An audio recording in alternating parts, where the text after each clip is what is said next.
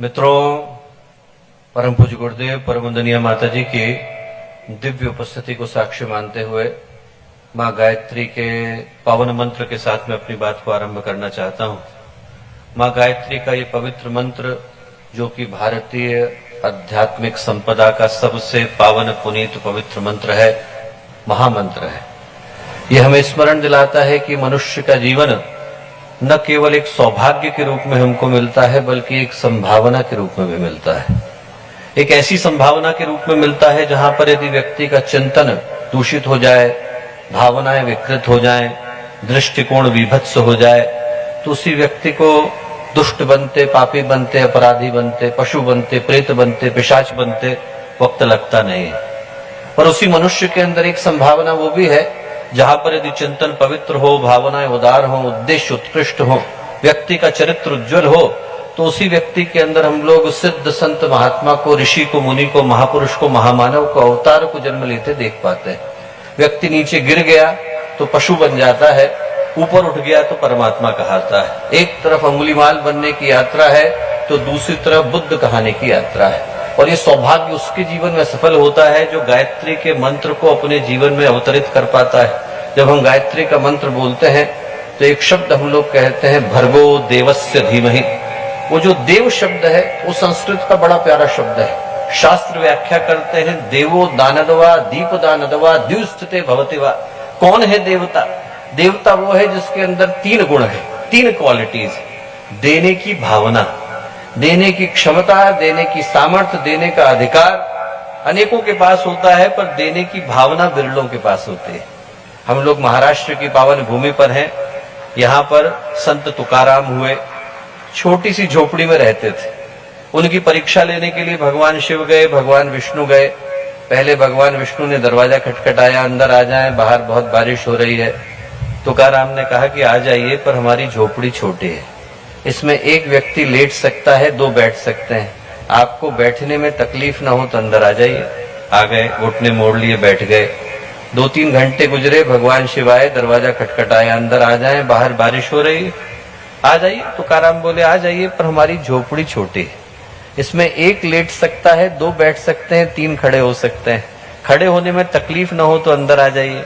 आ गए, पूरी रात गुजर गई। सुबह के वक्त में भगवान शिव ने, भगवान विष्णु ने अपना असली स्वरूप प्रकट किया। तुकाराम से बोले, तुकाराम, हमारी दृष्टि में तुम देवता हो। मैं कैसा देवता हूं? मेरी तो झोपड़ी छोटी है। तुकाराम बोले। भगवान बोले, झोपड़ी छोटी होगी तुकाराम, पर तुम्हारा दिल बहुत बड़ा है। जिसका दिल बड़ा होता है वो देवता हो जाता है। देवो दानदवा दीप दानदवा, दीपक की तरह से प्रकाशित, सकारात्मक, हमेशा अच्छा सोचने वाला, ऊपर उठने वाला, आगे बढ़ने वाला। द्युस्थिते भवतिवा, जहां बैठ गया उसी जगह को स्वर्ग बना देता है। जैसे गायत्री परिवार के कार्यकर्ता है, 50 से ज्यादा देशों से आए, अपने अपने मन की भावना लाए, अपने अपने हृदय का श्रम लाए, अपने अपने हिस्से की सामर्थ्य लेकर के आए, और यहाँ आकर के उस स्थान को, जिस स्थान पर कोई सोच नहीं सकता था, वहां पर आप लोग आकर के बैठ गए हैं, तो ये धरती स्वर्ग में बदल गई। वो इंसान को देवता बनाने का कार्य गायत्री का ये पावन मंत्र करता है। एक बार स्थिर चित्त शांत मन के साथ उस शक्ति का आवाहन हम लोग करते हैं जिसको हमने सद्ज्ञान, सद्भाव, सद्कर्म, सत्प्रवृत्ति की देवी कहकर के पुकारा। मां गायत्री का पावन मंत्र एक बार साथ साथ।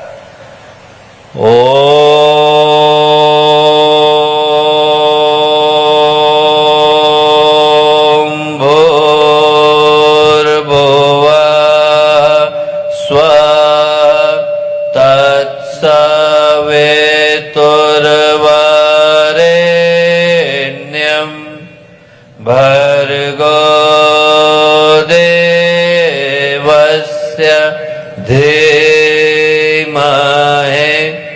धियो यो नः प्रचोदयात्।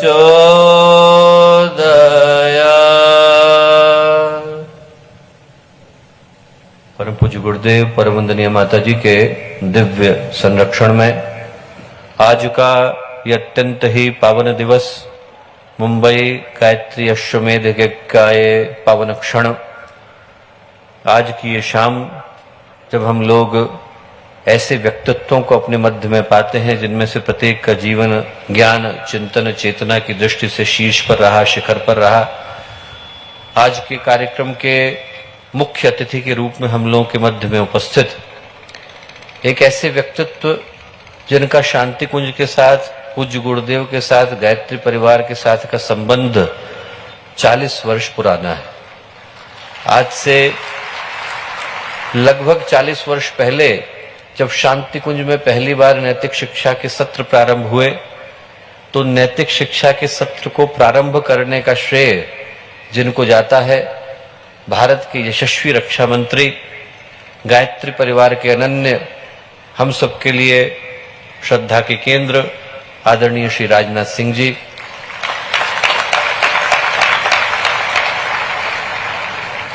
यहां पर अति विशिष्ट अतिथि के रूप में उपस्थित महाराष्ट्र राज्य के अत्यंत ही लोकप्रिय यशस्वी मुख्यमंत्री, पर मुख्यमंत्री होने के साथ साथ उनका एक ऐसा विशिष्ट गुण है जिसके विषय में मैं आप लोगों को अवश्य बताना चाहता हूं। ऐसे बहुत लोग हैं जो इन कार्यक्रमों में आते हैं तो अपने हृदय की भावना को लेकर के आते हैं, पर महाराष्ट्र के हम लोगों के मुख्यमंत्री, जिनके साथ जब हम लोगों की पहली मुलाकात हुई, दूसरी हुई, तीसरी हुई, चौथी हुई, तो उन सारी मुलाकातों में उनने जो पहली बात कही, उनने ये कहा कि ये कार्यक्रम और ये आयोजन गायत्री परिवार का नहीं है, मेरा अपना है। आदरणीय श्री एकनाथ शिंदे जी जिस भी तरह से बन पड़ा और जो भी बन पड़ा, वो सहयोग उनने हर दृष्टि से यहां पर पहुंचाने का प्रयत्न किया। उसके लिए हम लोग हृदय से उनके आभारी हैं। यहां पर उपस्थित महाराष्ट्र सरकार के प्रतिष्ठित मंत्री आदरणीय श्री लोढ़ा जी, आदरणीय श्री बागले जी, मंच पर उपस्थित सभी सम्मानित अतिथिगण, शांति कुंज की टोली के सभी सम्मानित उद्गातागण, 50 से ज्यादा देशों से यहाँ पर उपस्थित पधारे गायत्री परिवार के सभी साधक गण, याजक गण, और वो सारे के सारे भावना से सिक्त गायत्री परिजन जो अनेकों माध्यमों से इस आवाज को सुन रहे हैं, और हम लोगों के भाई बहन और प्यारे मित्रों, आज जो भी लोग इस ज्ञान मंच की परिधि के अंदर उपस्थित हैं, उनमें से प्रत्येक के लिए आज का एक क्षण एक सुमंगल सौभाग्य की सूचना को लेकर के आया है, और उस सौभाग्य के आगमन के कारण अनेकों हैं। पहला कारण तो यह है कि यह आयोजन महाराष्ट्र की पावन भूमि पर घटित हो रहा है। ये भूमि संतों की, साधकों की, शूरमाओं की, तपस्वियों की, वीरांगनाओं की भूमि रही है। संत ज्ञानेश्वर की भूमि, संत तुकाराम की ये भूमि, संत एकनाथ की ये भूमि, समर्थ गुरु रामदास की ये भूमि, त्र्यंबकेश्वर भगवान की भूमि, कृष्णेश्वर भगवान की भूमि, भीमा शंकर भगवान की भूमि, छत्रपति शिवाजी महाराज की भूमि, ऐसी भूमि जिसका सौभाग्य, जहां पर खड़े ही हो पाने का सौभाग्य व्यक्ति को अनेकों जन्मों के पुण्य के आधार पर ही मिल पाता है। ज्ञान के शिखरों की भूमि, पराक्रम के हिमालयों की भूमि, भक्ति के सागरों की भूमि। उस भूमि पर आज हम लोग एक ऐसे आयोजन का हिस्सा बन रहे हैं जो इस भारत की भूमि पर पिछले 2000 वर्षों में एक ही बार घटित हुआ है। इससे पहले जब यह घटित हुआ तो वो समय समुद्रगुप्त का, कुमारगुप्त का था। भारतीय चिंतन, भारतीय ज्ञान, भारतीय विज्ञान, भारतीय अध्यात्म अपने शिखर पर, शीर्ष पर विराजमान था। कौटिल्य का, कालिदास का, आर्यभट्ट का, वाराह मिहिर का समय। उस समय में अंतिम बार समुद्रगुप्त ने, कुमारगुप्त ने भारत की धरती पर अश्वमेध यज्ञ को संपन्न किया, और उसके बाद जब सन 1991 में परम वंदनीय माता जी ने देव संस्कृति दिग्विजय अभियान के नाम से अश्वमेध यज्ञों की इस महान श्रृंखला को आरंभ किया, तो उसको आरंभ करने के पीछे का भाव एक ही था कि भारतीय संस्कृति का पुनर्जागरण संभव हो सके। भारतीय संस्कृति के नवोन्मेष के लिए अश्वमेध यज्ञों की श्रृंखला देवी आयामों से उतर करके आई। इसलिए उतर करके आई है कि हर व्यक्ति को स्मरण आ सके कि हम लोगों की रगों में खून किसका बहता है, किस संस्कृति के वंशज, किस संस्कृति के प्रतिनिधि, किस संस्कृति के प्रणेता और किस संस्कृति के प्रतीक हम लोग हैं। आज हम लोग जब इस सौभाग्यशाली क्षण पर यहाँ उपस्थित हैं और एक ऐसे व्यक्तित्व को सुनने के लिए उपस्थित हैं जिनका स्वयं का जीवन न केवल शिष्टता, विनम्रता का प्रतीक रहा, बल्कि एक अद्भुत दृढ़ता और प्रखरता का प्रतीक भी रहा। तो आज जब ऐसे व्यक्तित्व को सुन पाने के लिए हम लोग यहाँ उपस्थित हैं, तो निश्चित रूप से आज का एक क्षण सौभाग्य को लेकर के आया।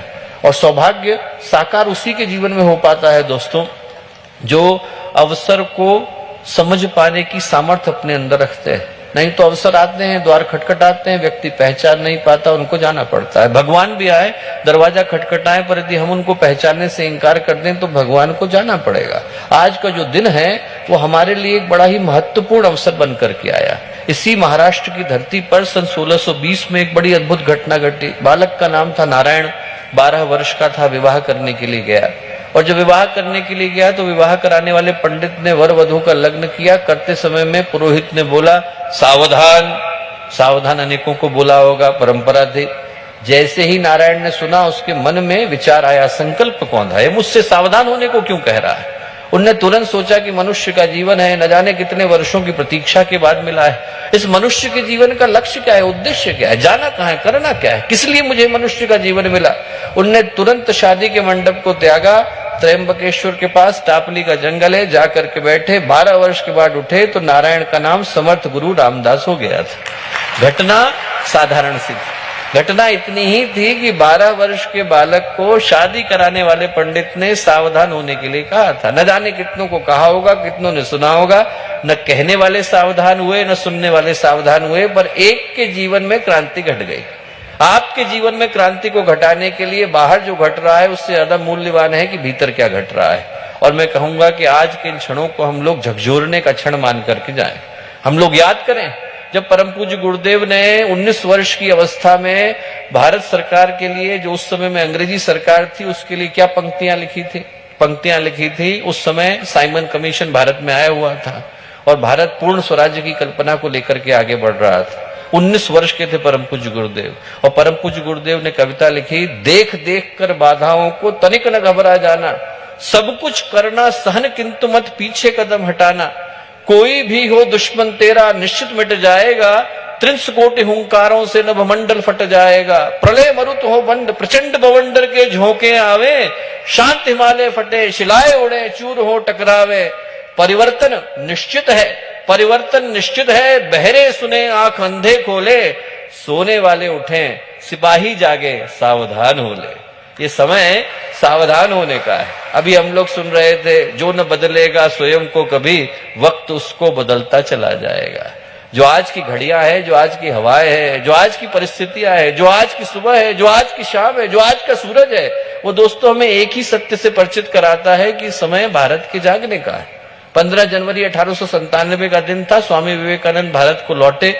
उनके स्वागत में बहुत बड़ी जनसभा का आयोजन हुआ। वो जो जनसभा के अध्यक्ष थे, उनने स्वामी जी का सम्मान करने के बाद प्रश्न ये पूछा कि स्वामी जी, इतने दिनों तक आप भारत की धरती से दूर रहे, तो उसका आपको क्या लाभ हुआ। उन लोगों को लाभ हुआ, उनने आपसे वेदांत सीखा, धर्म सीखा, शास्त्र सीखे, योग सूत्र सीखे, पर सन्यासी को तो समुद्र पर्यंत जाना नहीं चाहिए, आपको क्या लाभ हुआ। तो उसका बड़ा प्यारा उत्तर स्वामी विवेकानंद ने दिया। उनने कहा, मैं इतने दिनों तक भारत की धरती से दूर रहा, तो उसका सबसे ज्यादा लाभ तो मुझे ये हुआ कि पहले जिन बातों को मैं भावना के आवेश में आकर के सत्य मानता था, अब उनको प्रमाण पूर्वक सत्य मानता हूं।